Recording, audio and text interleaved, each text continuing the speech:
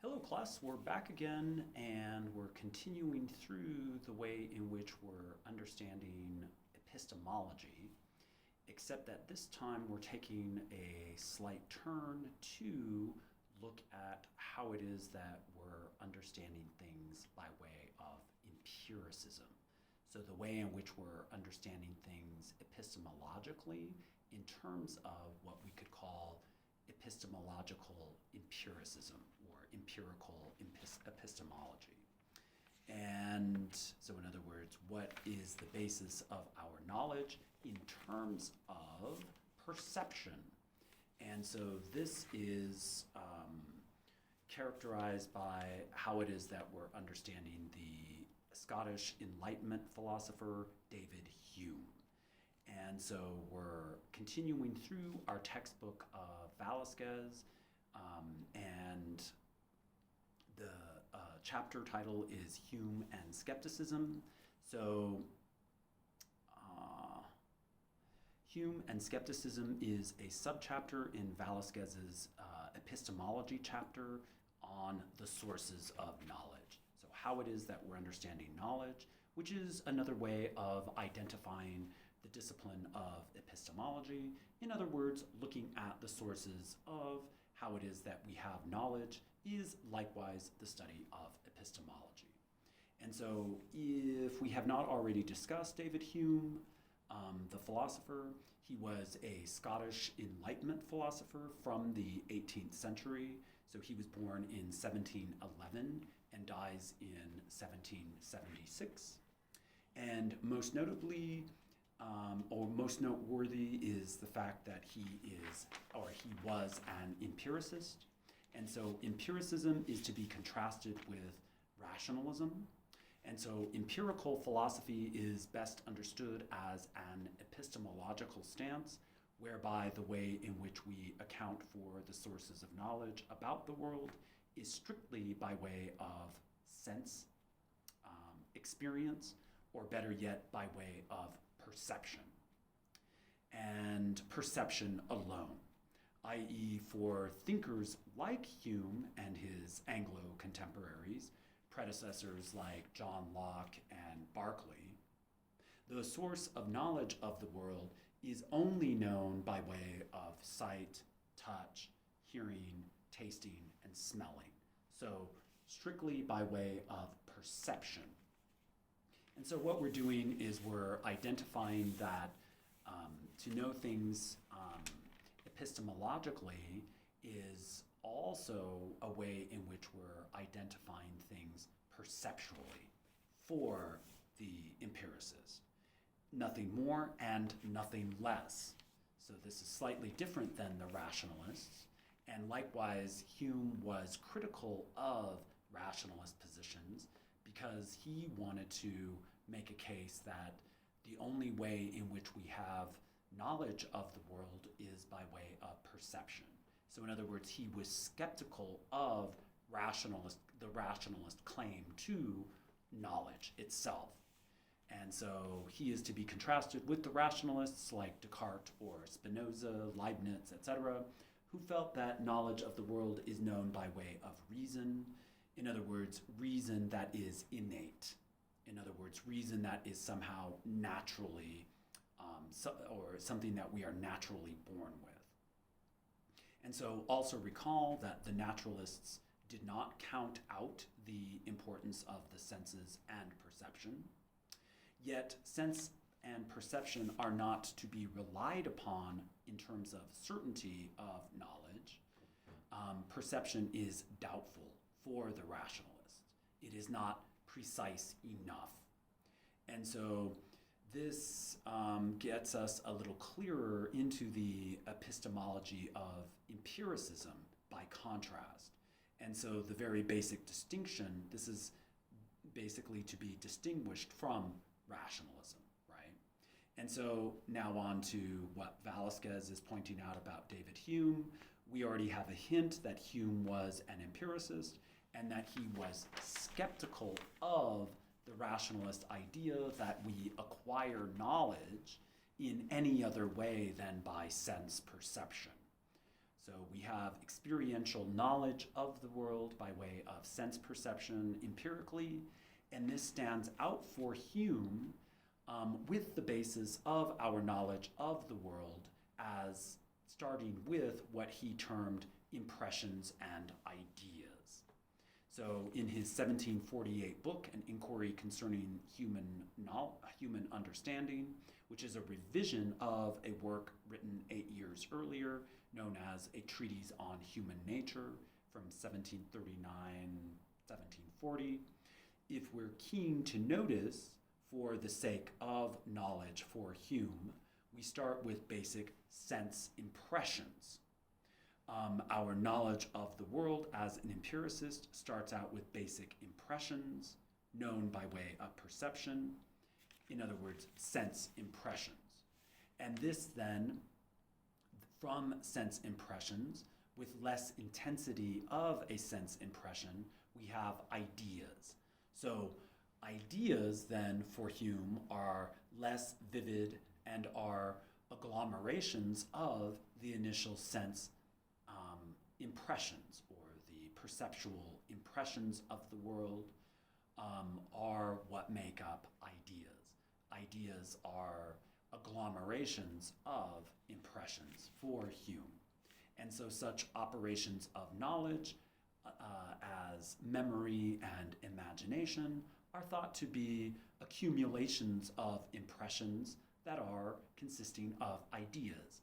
As a matter of fact, the way in which we're understanding reasoning for David Hume is really just an idea that is founded on initial sense impressions to begin with. So in other words, we could also account for things such as a pink elephant or a gold mountain, with the idea that in our sense perception of things, we sense such things as the color pink or the metal gold, and connect those to other real world things like elephants and mountains, as well, to also be a fictional account of how it is that we are understanding the world.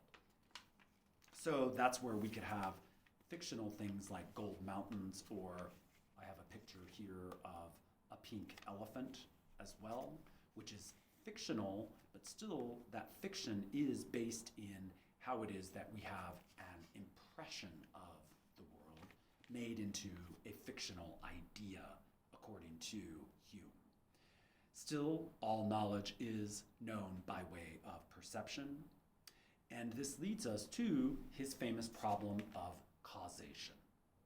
And so when we're understanding causation, given that for Hume, we've established him as an empiricist in terms of the way in which we're understanding the world perceptually. And so one elemental way in which we know about the world, a way that we understand knowledge itself, is by way of causation, indeed by way of cause and effect. And so what you're wanting to recognize there is that cause and effect is typically known as a rational way in which we're understanding things. So Hume thought that it would best to go after how it is that we're understanding things in terms of cause and effect in order to show how cause and effect is ultimately understood perceptually. Okay? So in other words, he was doubtful of the place of reason in our understanding of knowledge, and so he thought a good start would be to be skeptical of the way in which we're understanding causation.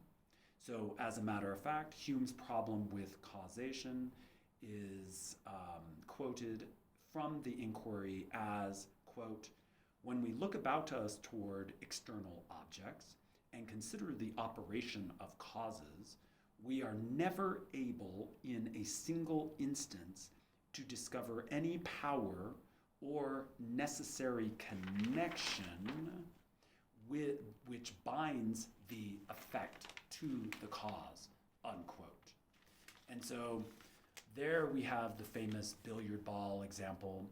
And so I actually forgot to bring the billiard balls today, but what we could think of there is that when you have one ball hitting another ball, we usually see the two, obviously, as connected in some way.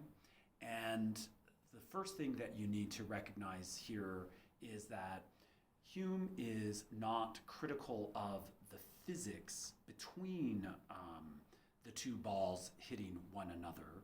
He's rather skeptical of the necessary connection between the two when you have one event causing the another event, when you have one ball causing another ball to move. And so what we're identifying there is that when you have the billiard balls colliding with one another, you could hear a noise and you could see one moving because the other ball hit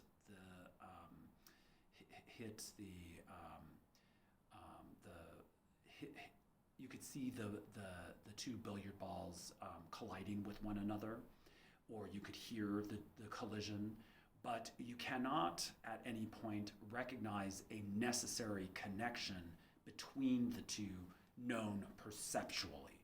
So what he's calling into question is that when we see the event of one ball hitting another ball take place, we are not actually witnessing a necessary connection between the two. So there is not a necessary connection between cause and effect. And more specifically with the game of pool, we could also recognize just a basic idea there in terms of probability. So in other words, when we hit one ball to go in a corner pocket, say we're hitting the 8 ball to go into the corner pocket, it's not always a guarantee that that 8 ball will go into the corner pocket just because we hit a cue ball to have that effect. So in other words, we don't always have the effect that we want. So foundationally, what we're recognizing there is that just because we think to ourselves, this should happen, it doesn't necessarily happen. So in other words, he's calling into question the necessary connection between cause and effect, okay? And so the way in which we draw the connection usually is by way of reason, but Hume was hard-pressed to call into question our reasoning capacity, or at least to show that reasoning is not the way in which we're understanding the connection, but rather that the way in which we're understanding the connection is known to us by habit. In other words, we are habitually inclined to see that the cause of something brings about the effect of something else. And so in that sense, we could call into question the idea that everything happens for a reason, for instance. And this also segues into what Hume is identifying, or what is identified as Hume's problem with induction. So in other words, simply because something has caused an event to happen in the past is not necessarily a guarantee that similar causes will bring about similar effects in the future. But yet we often think that just because we do things a certain way, that if we do things a certain way, because they have brought about certain effects in the past, that when we do the same thing in the future, that will bring about the same effect. But that's not always the case. And because it's not always the case, it's not a guarantee. And likewise, that's his ground to show that we're not relying on reason, but rather mere habit. And today we see such a way of understanding as probabilistic as well. In other words, it's more probabilistic than it is necessary, okay? So such induction is probabilistic at the very least, and will posit that if events in the past happened a certain way, they'll probably bring about similar causes in the future, or similar events in the future. But for Hume, that's not guaranteed, nor is it a necessary conclusion as well. So that's showing us too that the word necessary itself, when something is necessarily the case, or likewise when we identify something as always being the case or never being the case, such ways of identifying events then are understood as inherently rational. Whereas when we're seeing things as more probabilistic, we're seeing the way in which we have knowledge in terms of a foundation by way of perception, an empirical foundation. And so probabilistic arguments are set with demonstrative arguments, whereby instead of events probably happening, events always happen in a rationalist universe. And so Hume's dispute is simply that events that happened in the past are not necessarily guarantees of what will happen or what will probably happen. So one last important point to make concerning reason's place for Hume, for example, with his problem of causation, Hume is skeptical of reason's importance as a way to link or necessarily connect cause and effect, and Hume's new empirical connection is established as mere habit. Okay? So to review that ever-present question of reason's place for Hume, we usually read his skepticism as Hume dispensing of reason or doing away with reason. And one thing that we need to at least recognize is that he is not doing away with reason, because the way in which we're understanding ideas is reasonable. But yet at the same time, reasoning or an idea is based on sense perception, and the way in which we perceive things in a reasonable way is really a mechanism of our habit. Okay, so don't confuse this, don't confuse yourself into thinking that somehow he is doing away with reason, because that wouldn't make sense. And he still acknowledges reason, but what he's doing is he's showing us that reason is not the foundation of our knowledge in the way that the rationalists believe. So Hume does not then throw away reason in the trash. He basically dethrones it. He lessens reason's importance in our acquisition of knowledge. So reason is still figured into his philosophy simply as a relation to an idea or as a relation to objects understood primarily in terms of impressions. So in other words, reason is still to be accounted for Hume within his philosophy. It's just that his role is demoted. It's demoted away from a rationalist insistence on the necessity of reason, as with Leibniz's principle of sufficient reason. In other words, the idea that everything has a reason.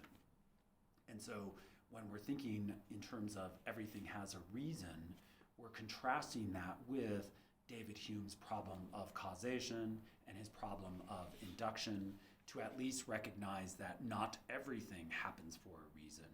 And the only way that we're understanding things in the world in terms of our knowledge is perceptual.